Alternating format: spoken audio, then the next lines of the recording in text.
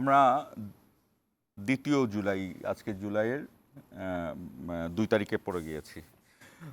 জুলাই কি বরণ করার জন্য আমরা নেব, নাকি ধারণ করার জন্য, নাকি বরণ এবং ধারণের 2 পার্থক্যের মধ্যে আমাদের জাতি এগিয়ে যাবে? এই প্রশ্নটি করতে পারি দর্শক। ইস্পাহানি মির্জাপুর 0 আওয়ারে আমাদের আজকের দিনের বিষয় জুলাই স্মরণে।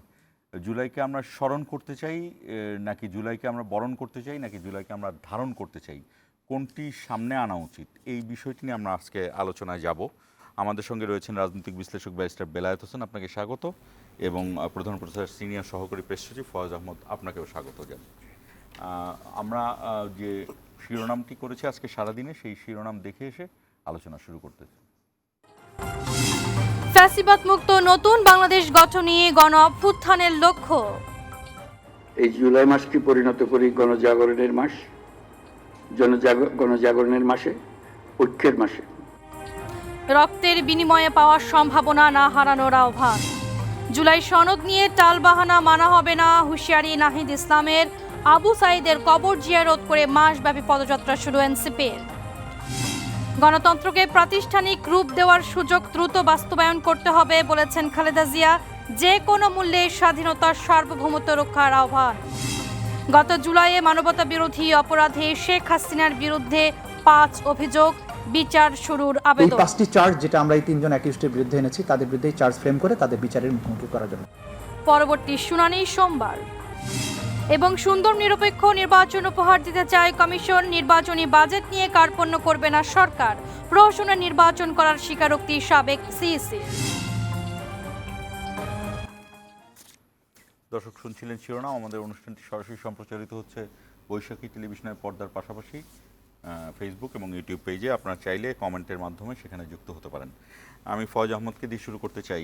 এই জুলাই, 36 জুলাই বাঙালির জাতির ইতিহাসে সম্ভবত এই একটি মাসই 36 দিনে হয়েছিল, এবং সেই আন্দোলনে আপনার মনে আছে যে জুলাই শেষ হয়নি। স্টুডেন্টরা যখন এই ঘোষণা দিয়েছিল, তখন কিন্তু সাধারণ মানুষ বা জাতি বোঝে নাই যে জুলাই কীভাবে শেষ হয়নি, আগস্ট শুরু হয়ে গেল। এবং সেই সময়কার যে ক্ষমতায় ছিল যে দলটি, আওয়ামী লীগ কিন্তু আগস্টের এক ধরনের ন্যারেটিভ তারা গঠন করে রাখে, যে আগস্টের 1 তারিখ মানে সব কিছু বাদ, শুধু আগস্টের 1 তারিখ থেকে আমাদের অন্যভাবে কাজ করতে হবে। যাই হোক, এটি নিয়ে নিশ্চয়ই আলোচনা আসবো। আমি যে কথাটি শুরুতে বলেছিলাম যে আসলে সরকারের পক্ষ থেকে আসতে চাই, পরে আমরা ব্যারিস্টার বেলায়েতের কাছে জানবো যে জাতির জায়গা থেকে কি সরকার আসলে জুলাইকে কি বরণ করছে, না ধারণ করছে, নাকি স্মরণ করছে, কোনটাকে গুরুত্ব দিচ্ছে? জি, আপনাকে ধন্যবাদ। আমি সরকার জুলাইকে কিভাবে বিবেচনা করছে তার ব্যাখ্যা দেওয়ার ক্ষেত্রে আপনি যে আপনার বুলেটিনের হেডলাইনগুলি প্রচার করছিলেন, সর্বশেষ হেডলাইনটি আপনি বলেছেন যে former chief election commissioner KM Nurul Huda প্রহসনের নির্বাচন করেছে বলে স্বীকারোক্তি দিয়েছে। বাংলাদেশ রাষ্ট্রের জন্মের পর থেকে এখন পর্যন্ত যতগুলি সংঘাত সহিংসতার মধ্য দিয়ে আমাদেরকে যেতে হয়েছে, তার প্রত্যেকটি তৈরি হয়েছে এই নির্বাচনকে ঘিরে। এই জুলাই যে আলোচনাটা আমরা ঢুকছি, এই আলোচনাটাই আমাদেরকে ঠেলে দিয়েছে এই নির্বাচনের প্রহসন। সুতরাং বাংলাদেশের মানুষের গণতান্ত্রিক যে মূল্যবোধ, গণতান্ত্রিক অধিকার চর্চার যে সুযোগ, সেই সুযোগগুলি যখনই বিনষ্ট হয়েছে, তখনই আমাদের সামনে কখনো কখনো 90 এসেছে, কখনো কখনো 24 এসেছে, ইভেন 1971ও তারই একটা প্রেক্ষাপট। সুতরাং জুলাই আপনি বরণ করবেন, উদযাপন করবেন, নাকি ধারণ করবেন, এটা একটা আলোচনার বিষয় হয়ে দাঁড়িয়েছে আজ। আমরা যদি জুলাইকে, আপনি যে জায়গায় বলছেন 36 জুলাই, জুলাই শেষ হয়নি, 31 জুলাই, 32 জুলাই, 33 জুলাই, এভাবে করে টেনে দেওয়া হয়েছিল। কেন টানতে হয়েছিল? তার আগ থেকে এক ধরনের চেতনার ন্যারেটিভ আওয়ামী লীগ এখানে দাঁড় করিয়ে রেখেছিল। আগস্ট আসলেই আওয়ামী লীগের আর কোনো সমালোচনা করা যাবে না, এরকম একটা বাস্তবতা তৈরি করে রাখা হয়েছিল। সেজন্য এই দেশে তখন আগস্টই আসতে দেওয়া হয়নি, আগস্ট আসার আগেই শেখ হাসিনাকে বিদায় করা হয়েছে। সুতরাং আমরা শুধুমাত্র একটি চেতনার ন্যারেটিভ যদি আবার নতুন করে দাঁড় করাতে চাই শুধু জুলাইকে কেন্দ্র করে, সেটাও আলটিমেটলি এক সময় যদি আমরা গণতান্ত্রিক মূল্যবোধের জায়গা নিশ্চিত করতে না পারি, জুলাইকে যদি ধারণ করতে না পারি, তাহলে আবার জুলাই আসবে পৃথিবীতে, বাংলাদেশের মানুষদেরকে আবার জুলাইয়ের মুখোমুখি হতে হবে। তো আমরা তো নিশ্চয়ই কেউই এরকম আরেকটি রক্তক্ষয়ী সংঘাত সহিংসতা চাই না। আমরা চাই না যে আমাদের এখানে আরেকবার অভ্যুত্থান হোক, আমাদের এখানে শাসকরা আরেকবার পালিয়ে যাক। সুতরাং আমাদেরকে এমন এক গণতান্ত্রিক বন্দোবস্তের মধ্য দিয়ে যেতে হবে আমরা যেটি ধারণ করার মধ্য দিয়ে আমাদের ভবিষ্যতে ফ্যাসিজমের রাস্তাটা বন্ধ হবে। আপনি যদি আজকে জুলাইকে ঘিরে আজকে জুলাইয়ের যে কর্মসূচি সরকারের দিক থেকে বলেন, বিভিন্ন পলিটিক্যাল পার্টির দিক থেকে বলেন, তার মধ্যে আমি যদি মুদ্রা কথায় প্রধান উপদেষ্টার বক্তব্যের মধ্য দিয়ে যাই, আমি যদি জনাব তারেক রহমান এবং বেগম খালেদা জিয়ার বক্তব্যের মধ্য দিয়ে যাই, আমি যদি এনসিপির নেতৃবৃন্দের বক্তব্যের মধ্য দিয়ে যাই, প্রত্যেকের বয়ানে একটা জিনিস পরিষ্কার, এমন ব্যবস্থায় দেশে আর ফিরে না আসুক যে ব্যবস্থা আমাদেরকে আরেকটি অভ্যুত্থানের দিকে ঠেলে দিতে হয়, যে ব্যবস্থায় মানুষ নিরাশ হয়ে পড়ে, তার সকল সম্ভাবনার পথ বন্ধ হয়ে যায়, সকল মত প্রকাশের পথ বন্ধ হয়ে যায়, এরকম বাস্তবতায় আর মানুষ ফিরতে চায় না। সুতরাং জুলাই সুনির্দিষ্ট কয়েকটি দিন নয়, জুলাই আমাদেরকে স্মরণ করে দেওয়ার মতো কোনো ক্ষণ নয়, শুধু জুলাই আমাদের সামনে একটা শিক্ষা। জুলাই আমাদেরকে প্রতিনিয়ত বা চোখে আঙ্গুল দিয়ে মনে করিয়ে দিবে যে কেউ যদি স্বৈর শাসক হয়ে ওঠার চেষ্টা করে, কেউ যদি ফেসিবাদ কায়েমের চেষ্টা করে, তাহলে তার পরিণতি কী হতে পারে। সে জায়গা থেকে আমি একদম পরিষ্কার, জুলাই আমাদের ধারণের বিষয়। আমি এই বিষয়গুলো নিয়ে আরেকটু এলাবোরেটলি আসবো আপনার কাছে, তবে ব্যারিস্টার বেলায়েতের কাছে আসতে চাই। আপনাদের ওই সময়টায় আপনি লন্ডনে কাজ করছেন এবং সেখানে বিএনপির অ্যাক্টিং চেয়ারম্যানের সাথেও আপনি কাজ করেছেন। সে অ্যাক্টিং চেয়ারম্যানের কিন্তু বেশ কিছু বক্তব্য ছিল এবং তিনি সরাসরি এই আন্দোলনের সঙ্গে কাজ করেছেন। আমি জানতে চাই যে ওই সময়টাই এই যে 1 জুলাই বৈষম্য বিরোধী ছাত্র আন্দোলন গঠিত হলো, 2 জুলাই তারা আরও কর্মসূচি দিল, এইভাবে এগিয়ে যাওয়া আস্তে আস্তে, এবং এটা শুধুই কোটা বিরোধী আন্দোলন। সেখানে আপনারা আমাকে যদি প্রথমে বলেন যে আপনাদের কি ছিল, আপনারা এই আন্দোলনগুলোকে কিভাবে পর্যবেক্ষণ করছিলেন? কারণ 15 বছরে দেশের বিভিন্ন পরিস্থিতি নিয়ে আপনারা পর্যবেক্ষণ করছিলেন। এই আন্দোলনটিকে তখন আপনারা ওই লন্ডনের থেকে যদি বার্ডস আই ভিউ বলি, সেখান থেকে আপনারা কিভাবে দেখছিলেন প্রথম অবস্থায়? ধন্যবাদ আপনাকে। আমি সর্বপ্রথম জুলাই আসলে আমাদেরকে যে জুলাই নিয়ে কথা বলার সুযোগ যারা করে দিয়েছে, সে আবু সাইদ, শান্ত, ওয়াসিম আকরাম, ফারুক, তাহমিদ, ইয়ামিন, তাদেরকে স্মরণ করতেই হবে। তো এই জুলাই আপনি যে কথা বলছেন, আমরা বিদেশে যারা ছিলাম তারা কিভাবে দেখেছি, আমরা যখন দেখলাম লেট জুনে বোধহয় শুরু হয়েছে এই কোটা বিরোধী আন্দোলন, তখনও আমরা কেউ ভাবতে পারিনি যে আসলে বাংলাদেশে মাত্র তারা কয়েক মাস আগে একটা নির্বাচন করলো, আমির আমি নির্বাচন করলো, তারা এখানে সরকারকে একটা ধাক্কা দিতে পারবে। অ্যাজ এ হোল সকল বিরোধী দলগুলো ইনক্লুডিং বিএনপি ডিজার্টেড ছিল। এটা মানে they were looking for a way out, যে how could we regroup ourselves to face this fascism. But যখন এই জুলাইতে বৈষম্য বিরোধী ছাত্র আন্দোলন গঠন হলো এবং সরকার তাদেরকে পাল্টা আঘাত করতে থাকলো, 2-1 মারা গেল, স্পেশালি 15 বা 16 তারিখ যখন আবু সাইদ মারা গেল, 16 তারিখে আমরাও কিন্তু ওখানে প্রতিদিনই আলতাবালি পার্ক অথবা ডাউনিং স্ট্রিটের সামনে প্রতিদিনই আমরা মিছিল মিটিং নিয়ে উপস্থিত থাকতাম, এবং এটা আপনারা গণমাধ্যমে দেখেছেন। যুক্তরাজ্য বিএনপি বিশেষ করে বিশাল ভূমিকা পালন করেছে। পুরো ইউরোপেই সবগুলো ক্যাপিটালই কিন্তু এই ফ্যাসিজমের বিরুদ্ধে ছাত্রদের পক্ষে দাঁড়ানোর একটা ছিল। মানুষ এই প্রচণ্ড শীতের মধ্যে অথবা গরমের মধ্যে কোনো কিছু তোয়াক্কা করতো না, সবসময় গণতন্ত্রের পক্ষে, অধিকারের পক্ষে ছিল। কিন্তু এটা টার্ন নেয় যখন এই যে এই আবু সাইদের মৃত্যুটার পরেই এটা একটা স্পার্ক করে ফেললো, এবং যখন 18 তারিখ বোধহয়, জুলাইয়ের 18 তারিখ বোধহয় সরকার সেনাবাহিনী নামানোর ঘোষণা দেয় যে 20 তারিখ থেকে সেনাবাহিনী ডিপ্লয় হবে, তখন আমাদের প্রবাসীদের মধ্যে এক ধরনের কনফিডেন্স চলে আসে। এবং আপনি দেখেছেন আমাদের ভারপ্রাপ্ত চেয়ারম্যান তারেক রহমান ব্যাপকভাবে আমাদের ইন্টারনালি, যদিও বিএনপির ওপেনলি দলীয়ভাবে আমরা এটাতে জড়াই নেই, কিন্তু ইন্টারনালি শিক্ষকদের সাথে, ছাত্রদের সাথে আপনারা যে কয়েকটা কনভারসেশনও ফাঁস হয়েছে দেখেছেন ঢাকা বিশ্ববিদ্যালয়ের একজন শিক্ষকের সাথে।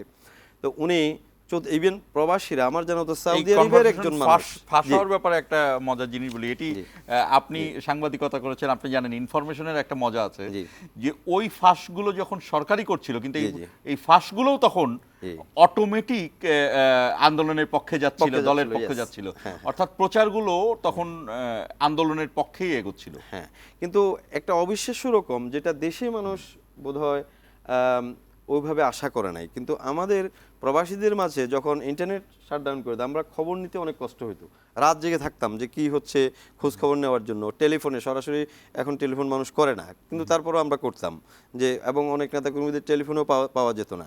কিন্তু আমরা একটা ওই যে বিবিসির দিকে আল জাজিরা, সবাই তখন আল জাজিরা, বিবিসি যতটুকু পাইছে, এএফপি, এই নিউজগুলো করা শুরু করলো, যে বা কেউ একজন হয়তো দেশ থেকে গেল, যে কি দেখে যাচ্ছে, এই জাতীয় নিউজের জন্য অপেক্ষা করতে থাকতো। এবং প্রবাসীদের মধ্যে একটা কনফিডেন্স বিল্ড আপ হয়ে গেছে লিডিং টু লাইক 25 যে সরকার থাকবে না।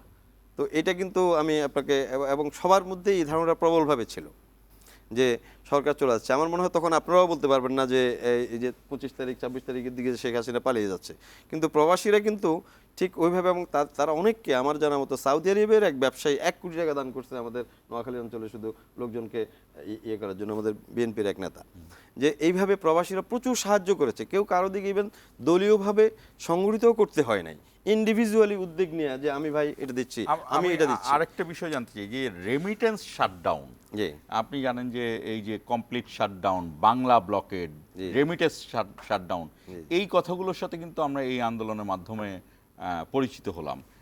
রেমিটেন্স শাটডাউনের সাথে আপনাদের মানে প্রবাসীদের একটা যুক্ত ছিল, এই জায়গাটা কিভাবে আলোচিত হলো?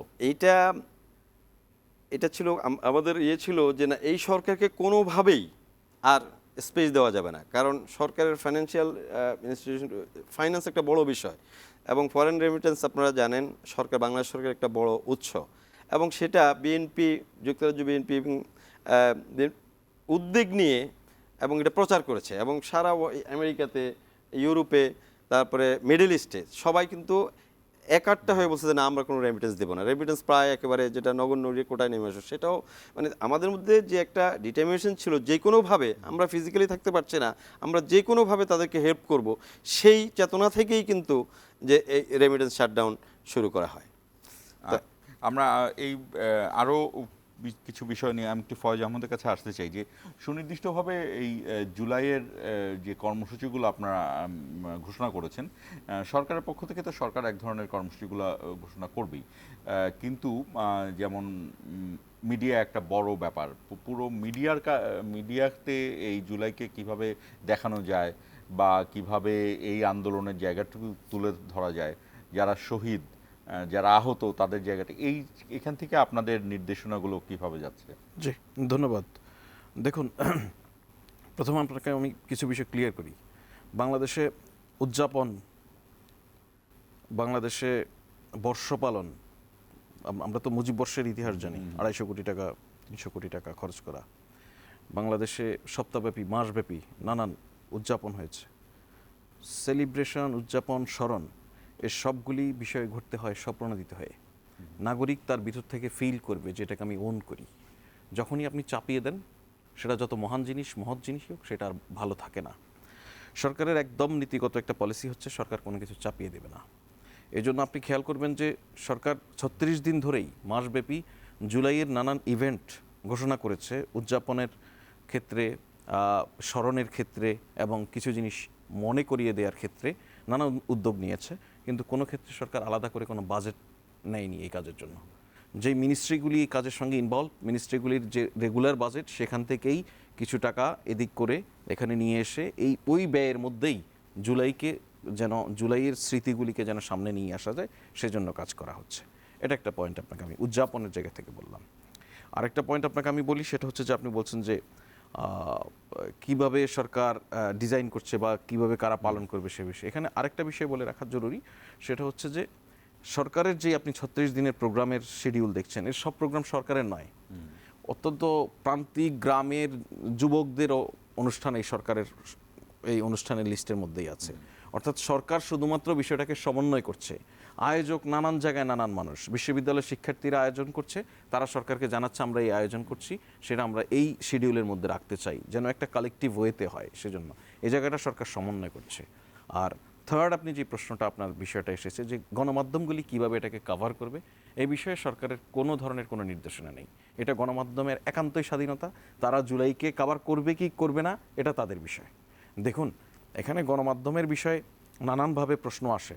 গণমাধ্যমের জুলাই আগস্টের ভূমিকা বাংলাদেশের যতদিন বাংলাদেশের ইতিহাস থাকবে, বাংলাদেশের যতদিন গণমাধ্যম থাকবে, গণমাধ্যমের স্বাধীনতা নিয়ে যতদিন কথা হবে, গণমাধ্যমের দালালি নিয়ে যতদিন কথা হবে, ততদিন জুলাই আগস্ট ফিরে ফিরে আসবে।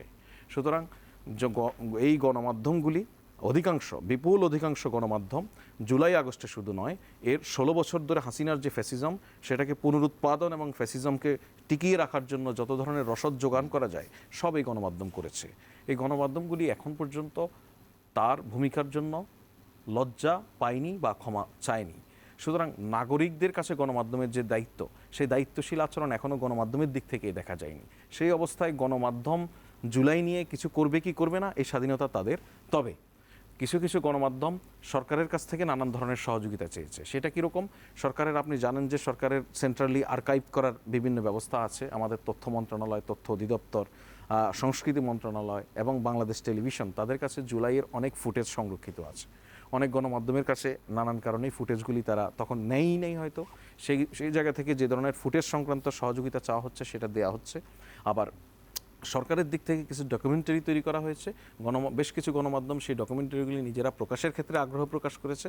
সেই গণমাধ্যমগুলিকে সময় সময় সেই ডকুমেন্টারিগুলি দেওয়া হচ্ছে। যেমন আজকে একটি ডকুমেন্টারি প্রকাশ হয়েছিল একজন জুলাই যোদ্ধা নারায়ণগঞ্জের, যিনি চোখ হারিয়েছেন, তার যে সেই ফিলিংস, সে সময় কি হয়েছিল সেটার উপর একটা ডকুমেন্টারি তৈরি হয়েছে। সেই ডকুমেন্টারিটা গণমাধ্যমগুলি পেয়েছে, কেউ কেউ এটা প্রচারও করেছে।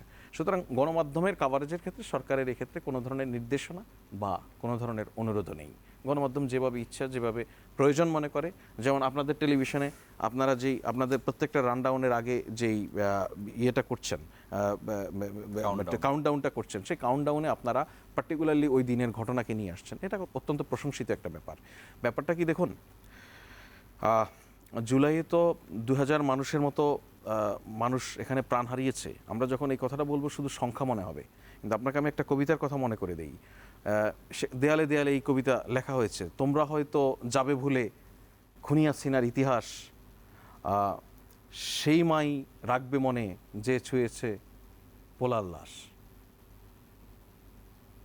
এই মা শুধুমাত্র একজন শহীদের মা না। শহীদ নাফিজ যখন ছাত্রলীগের হামলায় আক্রান্ত হয়, মারা গেছে হয়তো, কিন্তু একজন রিক্সাওয়ালা নাফিজকে তার রিক্সায় তুলে নেন হসপিটালে পৌঁছে দেওয়ার জন্য। ছাত্রলীগ সেই রিক্সাওয়ালাকে মেরেছে, নাফিজকে হাসপাতালে পৌঁছে নিতে দেননি। একজন বনশ্রীর ফ্ল্যাট বাড়ি থেকে একজন মা তার কোলের শিশুকে কোলে নিয়ে রাস্তায় নেমে আসেন। আদালতে একজন ছাত্রকে যখন কোর্টে তোলা হয়, সেই সময় পিছন থেকে তার মা দৌড়ে সামনে গিয়ে তাকে সাহস যোগায়। এটা জুলাইয়ের সাহস। এটা আমাদের গণতন্ত্র ফিরে পাওয়ার যেই সাহস দরকার ছিল, আমাদের মায়েরা সেই সাহসগুলি আমাদেরকে দিয়েছে। সুতরাং জুলাইয়ের যারা শহীদ, জুলাই শহীদদের মা পুরো বাংলাদেশ তাদেরকে মনে রাখতে হবে। আমি ব্যারিস্টার বেলায়েতের কাছে আসবো। আমরা যেহেতু জুলাই স্মরণের কথাই বলছি, আপনি বলছিলেন যে এক ধরনের প্রতিবন্ধকতা সৃষ্টি হয় ইন্টারনেট বন্ধ করে দেওয়ার পর, আপনারা খবর পাচ্ছিলেন না। আমি কয়েকটা ছবির কথা মনে করাতে পারি। ফয়েজ আহমদ, আপনার মনে থাকবে, আপনার কি ওই ছবিটার কথা মনে পড়ে কিনা, যে একটি বোন তার ভাইকে নেয়ার জন্য একটি পুলিশের ট্রাককে 2 হাত দিয়ে আটকে দিয়েছে। আপনি যখন দেখলেন যে পুলিশের এপিসি, যেটি এই দেশের মানুষের টাকা দিয়ে কেনা, সেখান থেকে লাস্টে ফেলে দেওয়া হয়েছে। ইয়ামিন নামে কম্পিউটার সায়েন্সে পড়তেন তিনি, সবচেয়ে ভালো ইউনিভার্সিটিগুলোর একটিতে, তার লাশও না, ওটা তিনি জীবিত ছিলেন, হি ওয়াজ লাইভ, ইয়েস, লাইভ ছিলেন। এই জায়গাগুলো তখন আপনাদেরকে কিভাবে চিন্তা করতো? আপনারও নিশ্চয়ই সন্তান রয়েছে, আপনারা কিভাবে ভাবছিলেন? সেজন্যই বলতেছিলাম যে আমরা নির্ঘুম রাত কাটিয়েছি অনেস্টলি, কারণ এটা আর নেওয়া যাচ্ছিল না। স্পেশালি আমরা যখন দেখতাম যে হসপিটালে গিয়েছে, সেখানে তাদেরকে হামলা করে স্যালাইন ট্যালাইন সহ সহ তারপরে আরও পিটিয়ে ছাত্রলীগ, শুধু তো পুলিশ না, সেখানে এই জুলাইতে যে ঘটনাটা তারা গত 15-16 বছর ধরেই করেছে, এই সময় আরও বেশি করেছে। এই সিরিয়াসলি ইনজুর্ড ওয়েন্ডেড পিপলকে চিকিৎসা নিতে দেবে না। এবং যেই নৃশংসতা, স্পেশালি আপনি যে ঘটনাটার কথা বললেন, এটা বিশ্ব বিবেককে নাড়া দিয়েছে। আমরা সবাই এটা শেয়ার করেছি। ইনফ্যাক্ট এটা আমার ওয়াইফ বলতেছিলেন যে how could it be possible, human being so dishonoured, so disregarded in this way, এটা তারা ভাবতেও পারে না। আমার অনেক ফ্রেন্ডরা আছে যারা ফেসবুকে, যারা ওখানকার সাদা বা ইউনিভার্সিটি টিচার তারা দেখে দে আর হরিফাইড। তো আমাদেরকে এই জুলাইকে এই কারণে, জুলাই যে খুবই প্রেশাস, যে রক্তের বিনিময়ে উনি 2000-এর মতো শুধু ছাত্র এই সময়েই ছাত্র জনতা জীবন দিয়েছে। তো তাদের যে আকাঙ্ক্ষা, সেই আকাঙ্ক্ষাটা যদি আমরা ধারণ করতে পারি, আমি যখন ঢাকায় আসি অগস্টে, সেপ্টেম্বরে আমি ঢাকায় আসি, আমি তখন কিছু ওয়াল রাইটিং দেখি। সেখানে একটাতে দেখি যদি থাকি একত্র ন্যায় বিচার সর্বত্র, আরেকটাতে দেখি একজন রিক্সা চালকের সন্তানও প্রধানমন্ত্রী হওয়ার স্বপ্ন দেখবে। তখন আমার কাছে মনে হলো যে this walls were not more than just stones, they were a reflection of the country's pulse. যে ওই সময়ে এই যে অন্যায়ের বিরুদ্ধে, অধিকার বঞ্চনার বিরুদ্ধে, যদিও একটা ছোট্ট একটা সিম্বলিক কোটার অধিকারের বিরুদ্ধে দিয়ে এটা শুরু হয়েছে, আসলে বিষয়টা তা ছিল না। কারণ এই গভর্নমেন্ট যেটা করেছে গত 15 বছর, তারা দেখবেন দেশটাকে বিভক্ত করেছে। Rather than unite a country, they divided, like আপনার একটা ঔপনিবেশিক শাসন ব্যবস্থার মতো বারবার একটা ন্যারেটিভ তৈরি করছে। স্বাধীনতার 50-60 বছর পরেও এসে মুক্তিযুদ্ধের পক্ষ শক্তি বিপক্ষ শক্তি, যার ফলে যেদিন স্লোগান উঠলো তুমি কে আমি কে রাজাকার রাজাকার, এই স্লোগানটা ওরা যে রাজাকারের পক্ষের বিষয়টা তা না, কারণ তখন তারা বুঝিয়েছে ইটস এ স্যাটায়ার। এবং এই স্লোগানটার মধ্য দিয়েই আসলে ওই দিন they shattered the most significant repressive ideological apparatus of a fascism. ওই দিনই কিন্তু ফ্যাসিজমের কোমর ভেঙে গেছে। তখন তারা আসলে হতাশ হয়ে যায় যে না, তার মানে এখানে ছাত্র জনতা বা দেশের মানুষ একটা জিনিস চেয়েছে, একটা হচ্ছে শোষণহীন বৈষম্যহীন একটা সমাজ ব্যবস্থা, যেখানে সম্মান থাকবে, কেউ গুম হয়ে যাবে না, কথা বলার কারণে টিভি স্টেশন থেকে যাওয়ার সময় পুলিশ অ্যারেস্ট করবে না, অথবা আয়নাঘরে থাকবে না। মানুষের অধিকার প্রতিষ্ঠার অন্যতম একটা বাহন যে ভোটাধিকার, সেটা থাকবে না।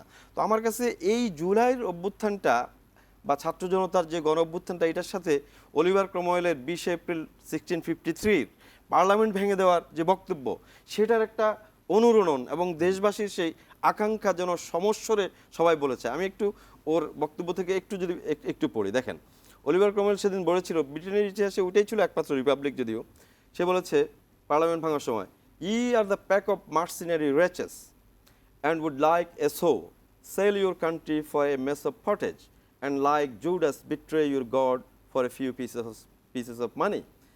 Is there a single virtue now remaining amongst you? Is there one vice you do not possess? যেই রেজিমটা তারা আসলেই প্রকৃতার্থে প্রত্যেকটা দোষে গুণান্বিত ছিল, এমন কোনো আপনি কি ভালো গুণ তাদেরকে বলতে পারবেন? তারা বলে উন্নয়ন এবং ডেমোক্রেসির দরকার নাই, বেশি বেশি উন্নয়ন। আসলে কি উন্নয়ন করেছে? তো এই কথাটার অনুরণন দেখেন ওই বক্তব্যতে, you have no more religion than my horse, gold is your god.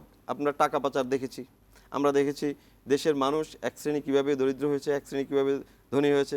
একটা ছাত্রলীগের একটা কর্মী যদি 2000 কোটি টাকার পাচারের অভিযোগে অভিযুক্ত হতে পারে, এবং দেশটার পুরা মেকআপটা মানুষের, আমি এখনও সেই জিনিসটা, এখনও মানুষ কিছুটা ওই সিনড্রোমটা বয়ে বেড়াচ্ছে। আমি দেখি মানুষের মধ্যে কুইক ধনী হয়ে যাওয়ার একটা প্রবণতা। এই যে আজকে অনেকে অনেক কথা বলেন যে মব কেন বা হোয়াট ইজ মব, আমার কাছে সেটা হয় না। গত 15 বছর ধরে আপনারা যে মব দেখেছেন, এটা কিছুই না, এটা একটা রিয়াকশন মাত্র। এই সমাজেই আমরা বসবাস করেছি। আজকে যদি এই লোকগুলো, শেখ হাসিনা যদি ওদিন থাকতেন, সেনাপ্রধান বলেছেন তাকে আমি রক্ষা করতে পারতাম, তাকে জনগণ পিটিয়ে মারত, সেটাও কি মব বলতেন আপনি? আমি যদিও কথাটা হয়তো একটু অপ্রাসঙ্গিকভাবে চলে এসেছে, কিন্তু বাস্তবতা হচ্ছে তাই। জনগণ অতিষ্ঠ হয়ে গেছিলেন। সেদিন পার্লামেন্ট ভেঙে অলিভার ক্রমওয়েল বলেছিলেন, for God's sake, get you out, make haste, ভাগো তাড়াতাড়ি, you venal slaves be gone. এরা স্লেভই ছিল, এরা একটা পার্শ্ববর্তী দেশকে খুশি করার জন্য। পৃথিবীর দেশে অনেক স্বৈরশাসক দেখেছি আমরা। আপনি দেখবেন শেখ হাসিনার পার্থক্যটা কোথায় জানেন? আমরা ক্ষমতার জন্য, আপনি দেখবেন বহু দেশে বহু মানুষকে হত্যা করা হয়েছে, বিরোধী দলের উপর অত্যাচার করা হয়েছে, কিন্তু বিদেশি একটা অন্য দেশের মানুষকে, অন্য দেশকে খুশি করার জন্য নিজের দেশের মানুষ হত্যা একমাত্র এখানে শেখ দ্য হাসিনাই ডিফারেন্স করেছেন। Between fascist Fascist and Hitler Hitler. Than Yes. বা Mussolini than Sheikh Hasina. She was আমি worse Faiz Ahmed than anybody in the আমরা এই history. বিষয় নিয়ে ইয়ে করব যে শেখ হাসিনাকে আসলে ফ্যাসিস্টও বলা যায় কিনা, নাকি ফ্যাসিস্টের নতুন কোনো ধারণা। দর্শক আমাদের সঙ্গেই থাকুন, ছোট্ট একটি বিরতির পরে আবারও যুক্ত হচ্ছে।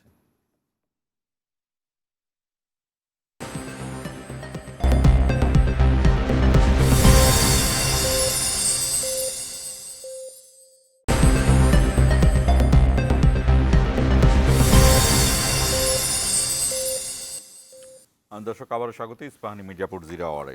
আমরা ফয়েজ আহমদ আপনার সাথে কথা বলছিলাম বিরতিতে যাওয়ার আগে। ওই সময়টায় আপনি নিজেও একদম ফিল্ডে ছিলেন।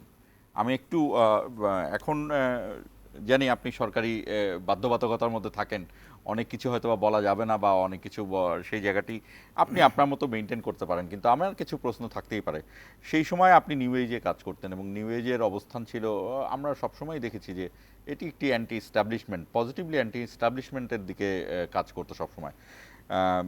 আপনার কি সেই সময়কার কি মনে হয় 1 তারিখ 2 তারিখে যখন এই একটা অদ্ভুত একটা আমরা ব্যানার দেখলাম যে বৈষম্য বিরোধী ছাত্র আন্দোলন, এটি এর আগে কিন্তু ওইভাবে কখনো দেখা যায়নি এবং এই স্টুডেন্টরা নাম দিচ্ছিল, আমি বলছিলাম যে বাংলা ব্লকেড, কমপ্লিট শাটডাউন, এই জায়গাগুলোর নামও কিন্তু মানুষ তখন সেইভাবে অভ্যস্ত না যে এগুলো কি। মানুষ জানে হরতাল দেয়, বিএনপি হরতাল দিচ্ছে, বিএনপি অবরোধ দিচ্ছে, এইগুলো দিয়েছে, আওয়ামী লীগও এরকম হরতাল দিত একটা সময় তাদের করে। এই জায়গাগুলোকে আপনি তখন কিভাবে দেখছেন, কোনো উল্লেখযোগ্য স্মৃতি মনে পড়ে কিনা? জি ধন্যবাদ। দেখুন, খুব ইন্টারেস্টিং জিনিস। আমি আমার সাংবাদিকতা ক্যারিয়ারের মধ্যাংশেই অধিকাংশ সময় আমি রাজনৈতিক রিপোর্ট কভার করেছি, অর্থাৎ পলিটিক্যাল রিপোর্টার হিসেবে কাজ করার ফলে আমি অনেক সাধারণ ঘটনাকেও পলিটিক্যাল পার্সপেক্টিভ থেকে বিবেচনা করার চেষ্টা করতাম। দুটো বিষয়ে, একটা হচ্ছে নিকট অতীতে যত আন্দোলন শেখ হাসিনার বিরুদ্ধে হয়েছে এখানে, অথবা শেখ হাসিনার কোনো সিদ্ধান্তের বিরুদ্ধে হয়েছে, ইভেন 2018 সালের কোটা আন্দোলনে যদি আপনি দেখেন, হাসিনার বিরুদ্ধে এটা কিন্তু অনেক বড় আন্দোলন তৈরি হয়েছিল সেই সময়। সেই আন্দোলনেও শেখ হাসিনাকে কোনোভাবে প্রশ্ন করা হয়নি, শেখ হাসিনাকে গালি দেওয়া হয়নি, শেখ মুজিবুর রহমানেরকে নিয়ে কোনো প্রশ্ন করা হয়নি। যখন দেখলাম 1 তারিখে একটা প্ল্যাটফর্ম দাঁড়িয়েছে, একটা ব্যানার, বৈষম্য বিরোধী ছাত্র আন্দোলন, সেই ব্যানারে শেখ মুজিব এবং হাসিনার ছবি নেই, তখন আমার কাছে পরিষ্কার, এটা আমরা আমাদের অফিসে আলাপ করছিলাম, যে এই আন্দোলন পলিটিক্যালি অনেক দূর যাওয়ার ক্ষমতা রাখে, তবে একটা চ্যালেঞ্জ আছে। সেই চ্যালেঞ্জটা হচ্ছে আন্দোলনটা ইমিডিয়েটলি যে দাবি থেকে উৎপত্তি ঘটল, গভর্নমেন্ট যদি তার গোয়েন্দা সংস্থা যদি প্রপারলি ফাংশন করে, তাকে যারা নানানভাবে তথ্য দিয়ে সহযোগিতা, তারা যদি প্রপারলি ফাংশন করে, তারা ধরে ফেলবে যেটাকে কোন জায়গায় ঠিক থামাতে হবে। গোয়েন্দা সংস্থা প্রপারলি ফাংশন করলে ব্যর্থ হয়েছে শেখ হাসিনার। খুব বাংলাদেশের মানুষ খুবই ভাগ্যবান, শেখ হাসিনা আগস্টের পতনের আগ পর্যন্ত এই দেশে তার বিরুদ্ধে যত বড় বড় আন্দোলন বলেন, যত বড় বড় দুর্ঘটনায় তার পতন হয়ে যাওয়ার মতো ঘটনা ঘটেছে, তার প্রত্যেকটিতেই তার ভাগ্য কোনো না কোনোভাবে তাকে কভার করেছে, প্রত্যেকটিতেই। আপনি আজকে হলি আর্টিজেনের ঘটনা, বর্ষপূর্তি হলি আর্টিজেনের ঘটনা বাংলাদেশে অনেক বড় ঘটনা ঘটতে পারতো, একই সময় আপনি দেখলেন স্পেনে একটা বড় ঘটনা ঘটে, ফ্রান্সে একটা বড় ঘটনা ঘটে গেছে। সেটা পশ্চিমে যখন এত বড় অ্যাটাক হয়, এটা তখন নস্যি হয়ে পড়ে। আমি এটা জাস্ট একটা এক্সাম্পল হিসেবে বললাম। শেখ হাসিনা দেখা যাচ্ছে একটা ভয়াবহ পরিস্থিতির মোকাবেলা হতে যাচ্ছে, 2018 নির্বাচন, তারপর করোনা, প্রাকৃতিক দুর্যোগ, করোনা, এটা ওটা এসে তাকে কিন্তু নানান সময় বাঁচিয়ে দিয়েছে। কিন্তু 2024 এই বছরটা তার জন্য খুব খারাপ ছিল। তার এভরি ওয়ার্ডস, শেখ হাসিনা যা বলেছে সব তার বিপক্ষে গেছে। শেখ হাসিনার সকল মেকানিজম ফেল করেছে। শেখ হাসিনাকে দেশি বিদেশি যে সমস্ত গোয়েন্দা সংস্থাগুলি তাকে তথ্য সরবরাহ করতে, তারা সবাই ফেল করেছে। এর কারণ আছে, এর কারণ হচ্ছে, দেখুন, শেখ হাসিনা রাষ্ট্রের বিপুল অর্থ বিনিয়োগ করে তার গোয়েন্দাদেরকে বা অন্যান্য ফর্মে যেখান থেকে তথ্য পায়, ন্যারেটিভ তৈরি করে, এর সবগুলিকে এঙ্গেজ রেখেছিল মেইন স্ট্রিম অপোজিশন পার্টিগুলির মধ্যে। বিএনপিতে এঙ্গেজ করে ফেলেছে, জামাতে এঙ্গেজ করে ফেলেছে, অন্যান্য পলিটিক্যাল পার্টি তাদের ছাত্র সংগঠনে এঙ্গেজ করেছে, কিন্তু কমপ্লিটলি পলিটিক্যাল লেজুড়ে নেই এমন একটি সংগঠন, ক্ষুদ্র সংগঠন, সে যে এভাবে অর্গানাইজ হতে পারবে শেখ হাসিনা এটা ভাবেনি। দ্যাটস ওয়াই সে খুব হালকাভাবে নিয়েছে। এবং সে- এই সে- সংগঠনের সে চেয়েছিল যে- কর্মী হলো সাধারণ মানুষ। সাধারণ মানুষ। সে চেয়েছিল যে ঠিক আছে চলছে চলুক, আমার এখানে ভারতের ব্যর্থতা, চীনের ব্যর্থতা এগুলিও ঢেকে যাক, কিন্তু এটা যে তার জন্য তিনি এত সেই বড়- সেই ধরনের স্পেসটা মজাটা নিচ্ছিলেন। করেছিলেন। রাইট, এত বড় বুমেরাং তার জন্য হবে সেটা সে কল্পনা করতে পারেনি। সুতরাং তার ধরুন এই যে রাজাকারের নাতিপুতি বলা, জাস্ট ঘিয়ে মানে আগুনে ঘি ঢেলে দেওয়া, তাই তো করেছে সে। প্রত্যেকটা সিদ্ধান্ত সে ভুল করেছে। এই জন্য আমি সবসময় বলি যে শেখ হাসিনা পতনের জন্য যদি কেউ এককভাবে ক্রেডিট চায় সেটা শেখ হাসিনাই। সেই তার সকল উপলক্ষ তৈরি করে ফেলেছে, এখানে মানুষকে চরমভাবে অপমান আমি করেছে। একটু ব্যারিস্টার বেলায়েতের কাছে আসবো। 2018 সালে যে যে যে আলোচনাটি ফয়েজ আমার তুললেন, জি। 2018 সালেও এই যে রাজাকারের যে বিষয়টি, জি। এই একইভাবে আলোচনা সংসদে বেগম মতিয়া চৌধুরী তুলেছিলেন যে জি। রাজাকারের বাচ্চাদেরকে সুবিধা দিলেই তাদের জলে কিনা। এই যে রাজাকার একটি ট্যাবু তৈরি করা, যেভাবে ধরেন রাইফেলে শূকরের চর্বি এবং গরুর চর্বি দিয়ে ব্রিটিশ ব্রিটিশরা আমলে, yes. মুসলিম এবং হিন্দু সোলজারদের মধ্যে ডিভাইড অ্যান্ড রুল, এটা অনেক পুরনো কৌশল। আপনার ঠিক একইভাবে আমি আপনাকে আরেকটা জিনিস বুঝিয়ে দেবো যে এই জুলাইতে বাস্তিল দুর্গ আক্রমণ করে, বাস্তিল দুর্গ ফরাসি বিপ্লবে বাস্তিল দুর্গর পতন হয়। আমি জানি না বাস্তিল দুর্গর সাথে এই গণভবনের কোনো ছবির মিল আছে কিনা বা প্রধানমন্ত্রীর ভবনের মিল আছে কিনা, আমি আপনার কাছে আসতে চাই। আসলে জুলাইটা বাস্তেল দুর্গ ইউরোপে আপনারা জানেন, ফরাসি বিপ্লবের ফরাসি বিপ্লবটাই আসলে সবচেয়ে বড় বিপ্লব হিসেবে ধরা হয়, কারণ ইংলিশ ম্যাগনা কার্টা, পৃথিবী পাল্টে গেছে। হ্যাঁ, এটা ছিল আরো আগের রাজা জনের 1215 সালের বোধহয়, কিন্তু ফরাসি বিপ্লব তার লেটের, যার ফলে বড় ধরনের মানে ওই লেভেলের আসলে কোনো আর ইউরোপে হয় নাই। হ্যাঁ, রোমানিয়া বা অন্যান্য কান্ট্রিতে অনেক আপরাইজিং হয়েছে, রেনেসা, হ্যাঁ। ফরাসি বিপ্লব এইগুলোকে হ্যাঁ, খুবই কন্টেম্পোরারি ধরা হয়। হ্যাঁ, যেই মুভমেন্টগুলো একটা দিক নির্দেশনা তৈরি করছে পুরা কন্টিনেন্টের জন্য, বিশ্বের জন্য। ফরাসি বিপ্লব হচ্ছে রেনেসার, ইউরোপের রেনেসার দিক নির্দেশনায় ফরাসি বিপ্লব। ফরাসি বিপ্লব। তো কাকতালীয়ভাবে আমাদের এটাও জুলাই, যদিও আমরা আগস্টে গেছে, আমরা ছাত্রদের সাথে একমত, তাদের স্পিরিটের সাথে এটা জুলাই কন্টিনিউ করেছে। এটাও একটা আমাদের জন্য ভালো ইয়ে, কারণ আগস্টকে তারা অন্যভাবে চিত্রায়িত করে, আমরা জুলাইকে প্রলং করেছি।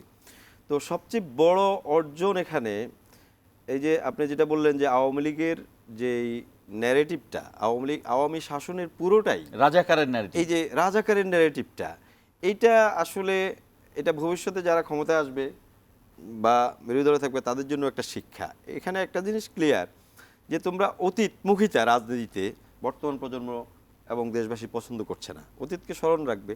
যেমন আপনি ধরেন আমরা যারা ইউরোপে থাকি, আমরা যে সময়টাতে ইউরোপে গিয়েছি, লন্ডনে গিয়েছি আমি, ওই সময়টাতে প্রায় মুক্তিযুদ্ধের তাদের সেকেন্ড ওয়ার্ল্ড ওয়ারের 50 বছর পূর্তি।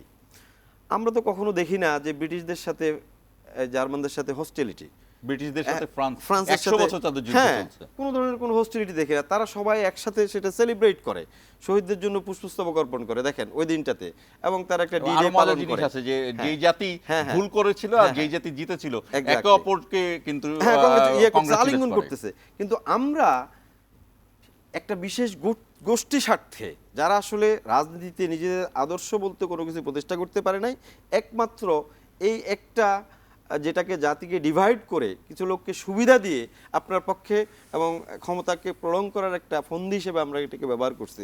এই যে চেতনা এই এখন আজকে দেখবেন এই মুক্তিযুদ্ধের চেতনা কথাটা এখন বলা মানুষ বন্ধ করে দিয়েছে, কারণ বলতেই লজ্জা লাগে, কারণ এমনভাবে বিষয়টাকে ইউজ করা হয়েছে। মুক্তিযুদ্ধের চেতনার কথা বলে প্রথমে এক শ্রেণীর মানুষকে রাজাকার বানাইছিলেন, যে একটু দাঁড়িয়ে টুপিওয়ালা তারা রাজাকার দেখলেই একটা ধরনের ওই যে কিছু ধর্মীয় বই পুস্তক পাইলেও তাদেরকে অ্যারেস্ট করছেন। যখন দেখলো যে এটা আর চলে না, তখন বাংলাদেশের বৃহত্তর একটা রাজনৈতিক দল যেটা ক্ষমতা যায়, বিএনপিকেও বানাই দিলেন আপনি, বিএনপিকেও রাজাকার। বিএনপির প্রতিষ্ঠাতা শহীদ প্রেসিডেন্ট জিয়াউর রহমান, যিনি বাংলাদেশের স্বাধীনতার ঘোষক, প্রতিষ্ঠিত সত্য, তাকে আইএসআই, তার মুক্তিযুদ্ধের সম্মাননা, তার মুক্তিযুদ্ধের সনদ আপনি বাতিল করেন। তার সনদ এবং তার হ্যাঁ। যে তার যে এই যে বীরের খেতাব বীরের দেওয়া খেতাব, হয়েছে, সেটা আপনি বাতিল সেই করেন। খেতাব তো আওয়ামী লীগের নেতা শেখ মুজিবুর রহমানই দিয়েছে। এক্স্যাক্টলি সেটা বাতিল করেন। তো এখন মানুষ দেখলো যে, প্রজন্ম দেখলো যে তাহলে হচ্ছেটা কি, এরা তো আসলে এইটা বিক্রি করতে করতে আসলে এটার আর কিছু ছিল না। কারণ তারা নিজেরা এর বিপরীতে তারা করতেছিল টাকা পাচার, তারা করতেছিল ব্যাংক লুট, তারা করতেছিল মানুষ হত্যা, তারা বানাইছিল সবকিছুতে আয়নাঘর। আপনি হ্যাঁ, ঘুরিয়ে কিন্তু নিয়ে যান। ইয়া হলো তাদের ব্যাকআপটা কি, ব্যাকআপটা হলো মুক্তিযুদ্ধের চেতনা। তখন বলছে যে না, মুক্তিযুদ্ধের চেতনা এটা না, মানুষ একসাথ হয়েছে। আমি এই প্রসঙ্গে কোরআনের একটা ছোট্ট আয়াত বলি, সেখানে বলা হয়েছে ইন্নাল মুলুকা ইযা দাখালু কারিয়াতান নাফসাদুহা ওয়া জাআলু আইজ্জাতা আহলিহা আযিল্লা, যে একটা ডাইনেস্টি যখন একটা এলাকা দখল করে তখন ওই এলাকার সম্মানিত মানুষগুলোকে অসম্মানিত করে এবং বিপর্যয় সৃষ্টি করে। মানুষ দেখছে যে এই বিষয়টা ঘটতেছে, তারা কোনো ভোট নাই, গত 15 বছর ধরে দখল করে আছে, এলাকায় বিপর্যয় সৃষ্টি করতেছে, ভোটের আর কথা বয়ান বললেই দিচ্ছে, তিনি উন্নয়নের কথা বলতেছে, আমরা একটু মুক্তিযুদ্ধের কথা ফয়েজ বলতেছে। আহমেদের কাছে আসবো যে আপনি দীর্ঘ সময় পলিটিক্যাল রিপোর্টিংই করেছেন, আপনি বলছিলেন আপনি মনে রাখবেন এই যে বাস্তিল দুর্গের কথা বললাম, সেখানে একটি ডায়লগ খুবই এখন পর্যন্ত প্রচলিত, যে রানী জিজ্ঞেস করছিলেন যে ওরা ওখানে মারামারি করছে কেন, তো তার উজির বলছেন, পাইক পেয়াদা বলছেন যে ওদের রুটি নেই, রানী বলছে রুটি নাই তো কি হয়েছে, কেক খাক। এটি ইউরোপ না, পুরো ইংরেজিতেই এমন। আপনার কি মনে আছে যে বাংলাদেশের মানুষ যখন গরুর গোশতের দাম নিয়ে কথা বলতো, যখন কাঁচা মরিচের দাম নিয়ে কথা বলতো, যখন রোজ রমজানের সময় বেগুনির দাম নিয়ে কথা বলতো, তখন আমরা বেশ কিছু রেসিপি পেয়েছিলাম।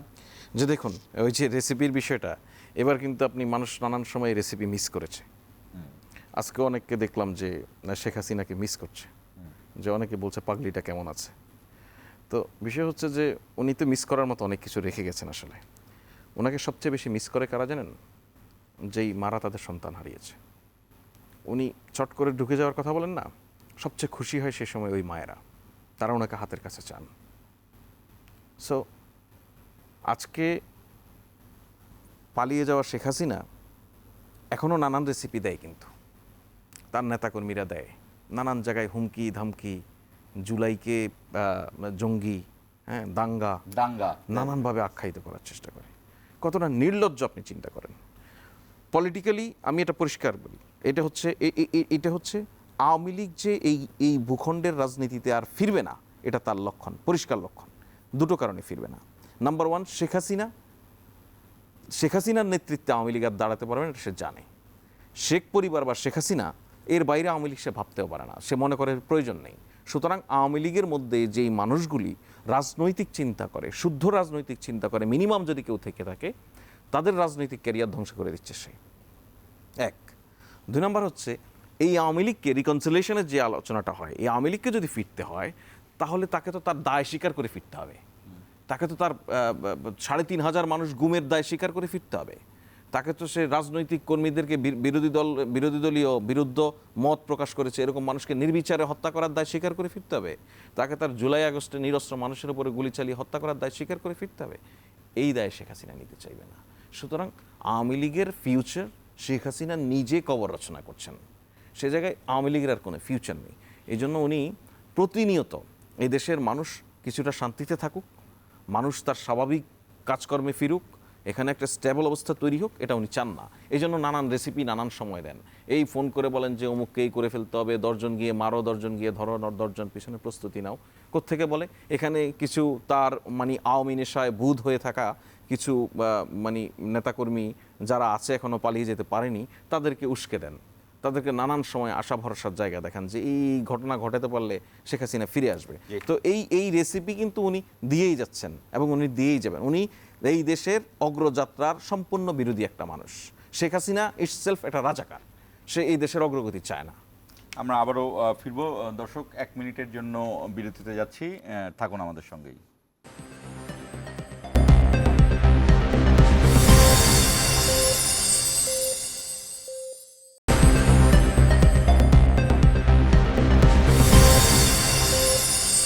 দর্শক আবারও স্বাগত ইস্পাহানি মির্জাপুর 0 আমাদের আলোচনার জায়গাটি আসলে স্মরণের কথা বললে অনেক বড় ব্যাপার। এই নিয়ে হয়তোবা আমরা এর মধ্যে আবারও আলোচনার কথা বলবো।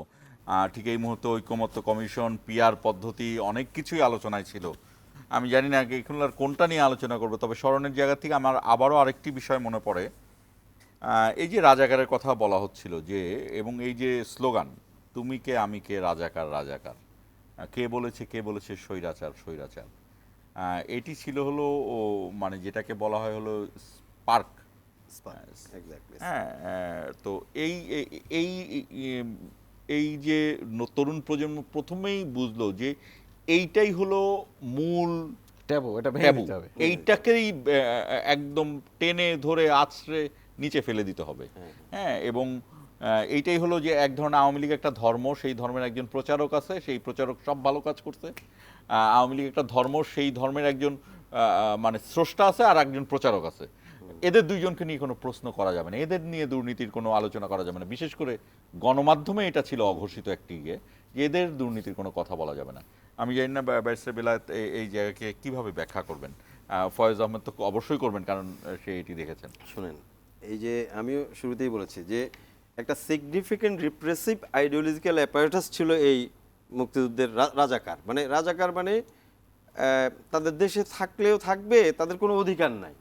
মানে অথচ ইভেন মুক্তিযুদ্ধের সময়ও রাজাকার একটা বাহিনী ছিল, কিন্তু জামাতের আইডিওলজিটাকে এবং অন্যান্য দলগুলো নিজামে ইসলাম বা যারা ছিল, যারা সাপোর্ট করতো তাদেরকে রাজাকার বলে অ্যাকিউজ করা হয় নাই, মানে দেশ বিরোধী বলে অ্যাকিউজ করা হয় নাই। রাজাকার শুধু ওই বাহিনীর নাম ছিল, তারা ইয়ে করছিল। কিন্তু এই পর্যায়ে আওয়ামী লীগের সে করলো কি, বারবারই তারা চেষ্টা করেছে রাজাকার মানেই দেশের শত্রু, মানে অন্যান্য রাজনৈতিক দলগুলো, এই যে জামাত ইসলাম বা তার অপোনেন্ট, সোজা কথা একটাই নেগেটিভ দাঁড়িয়েছে তাদের বিরুদ্ধে, ইদার বুশের মতো, যে either with us or against আস।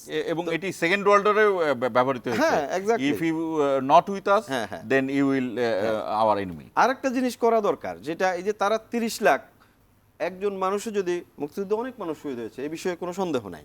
এই যে 30 লাখ ইয়েটা একদিন বেগম খালেদা জিয়া বলেছেন, সে বিষয়ে সন্দেহ আছে, এটা নিয়ে ইয়ে করা উচিত। এইটাকে কেন্দ্র করে বেগম খালেদা জিয়াকেও পারলে রাজাকার বানাই দেয়। অথচ দেখেন, আমি তাদের গভর্নমেন্টের একটা পরিসংখ্যান দেই। 2011-এ মুক্তিযুদ্ধ বিষয়ক প্রতিমন্ত্রী ছিলেন বোধহয় ওই যে মোজাম্মেল হক, সে পার্লামেন্টে ঘোষণা করছে শহীদ মুক্তিযোদ্ধা পরিবারের সংখ্যা হলো 4575 জন। শহীদ মুক্তিযোদ্ধা ভাতা পায় তারা মাত্র 4575 জন। তাহলে এত লোক শহীদ হলো, তারা যেভাবে ভাতা দিছে, দিছে, তাহলে সেই জিনিসটা কই বের করুক। আমার তো মনে হয় এখনো সম্ভব, আপনারা গভর্নমেন্টে আছেন, এখনো মুক্তিযুদ্ধের শহীদদের তালিকা পূর্ণাঙ্গ না হোক আংশিক হলেও করা যাবে, অন্তত 85% কারেক্টলি, 95% কারেক্টলি করা যাবে। তাহলে এই একটা ন্যারেটিভও আপনারা শেষ করে দেন। আমাদের দেশের প্রত্যেকটা প্রাণ গুরুত্বপূর্ণ, কিন্তু তাদের যে ফলস ন্যারেটিভ তৈরি করা এবং এটাকে দিয়ে অপোজিশনকে ঘায়েল করার একটা চেষ্টা, সেটা অন্তত মিথটা ভেঙে যাবে। কারণ আমরা এটার পিছনে ওই যে সাংবাদিক সিরাজুল ইসলামের একটা ইয়েও জানেন, যে শেখ মুজিবকে লন্ডনে আসার পরে উনি জিজ্ঞেস করলেন যে কত লোক মারা গেছে, উনি বলছে যে 3 লাখ। তো উনি এটা কিন্তু পাশা থেকে বলছেন যে ওনাকে যে সিরাজুল ইসলাম সাহেবের নিজের মুখে শোনা, যেহেতু উনি লন্ডন ছিলেন, আমরা ওনার সাথে 3 লাখকে উনি 3 মিলিয়ন বলে ফেলেছেন। তো 3 মিলিয়ন বাংলা করলে আসে 30 লাখ, এই জন্য এটা 30 লাখ হয়ে যায়। এবং ঘটনাটা এটা বাস্তবতা আছে। তো যতই হোক, এটারও একটা সুষ্ঠু সমাধান এই গভর্নমেন্ট ইচ্ছা করলে প্রক্রিয়াটা শুরু করতে পারে, এবং ইজি। কিন্তু আমরা যাবো এটি নিয়ে। ফয়েজ আহমেদ, আপনার কাছে জানতে চাই যে এই আবারও আমরা জুলাইয়ের কথাতেই যাই।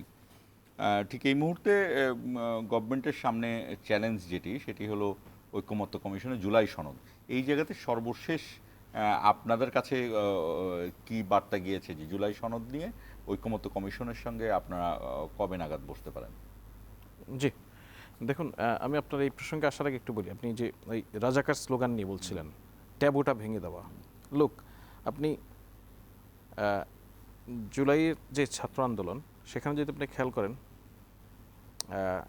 অনেক বছর পর সরাসরি শেখ হাসিনার বিরুদ্ধে, আপনি দেখুন, আমি কিন্তু বলছি যে রাজনৈতিক কর্মসূচিতেও শেখ হাসিনাকে একটা পর্যায়ে কিন্তু সমীহ করে কথা বলা শুরু হয়ে গিয়েছিল।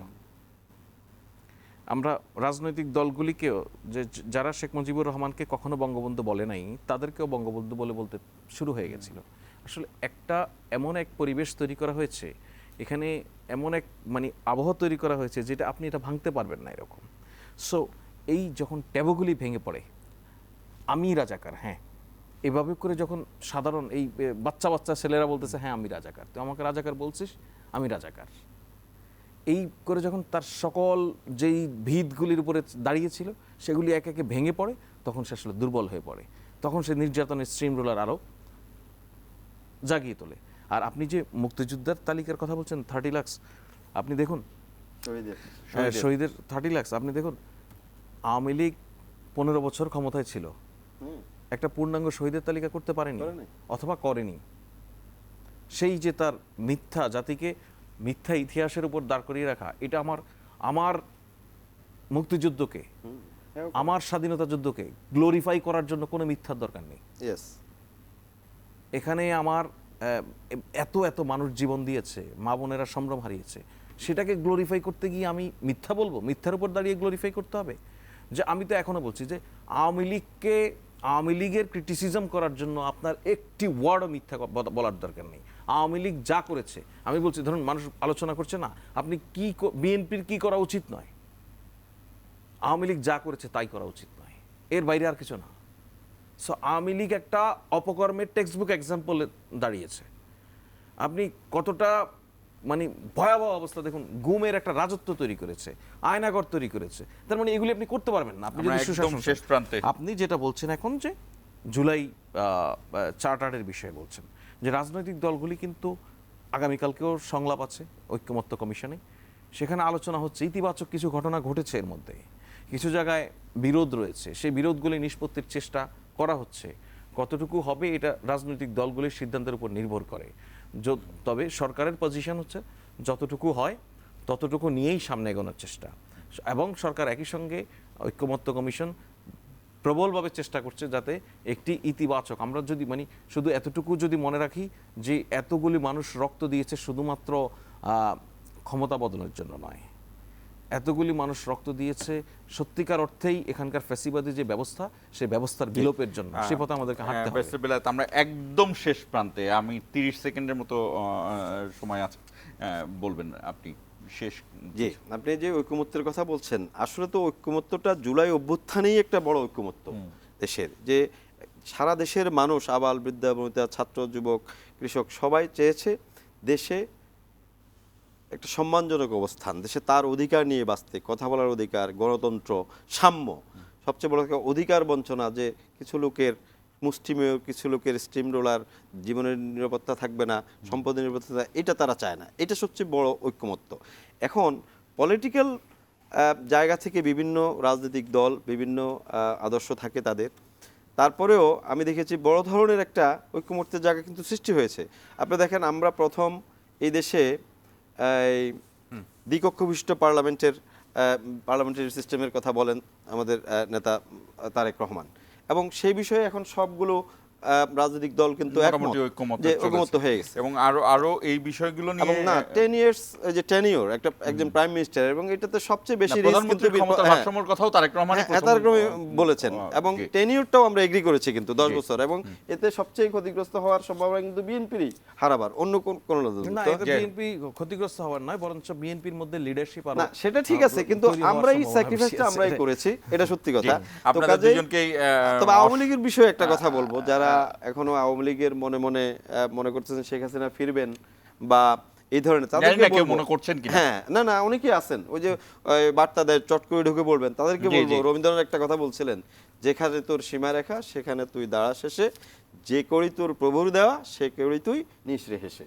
তো কাজেই বি অফ, সোজা কথা, বাংলাদেশে আর শেখ হাসিনা আর আওয়ামী লীগ ফিরে আসবে না।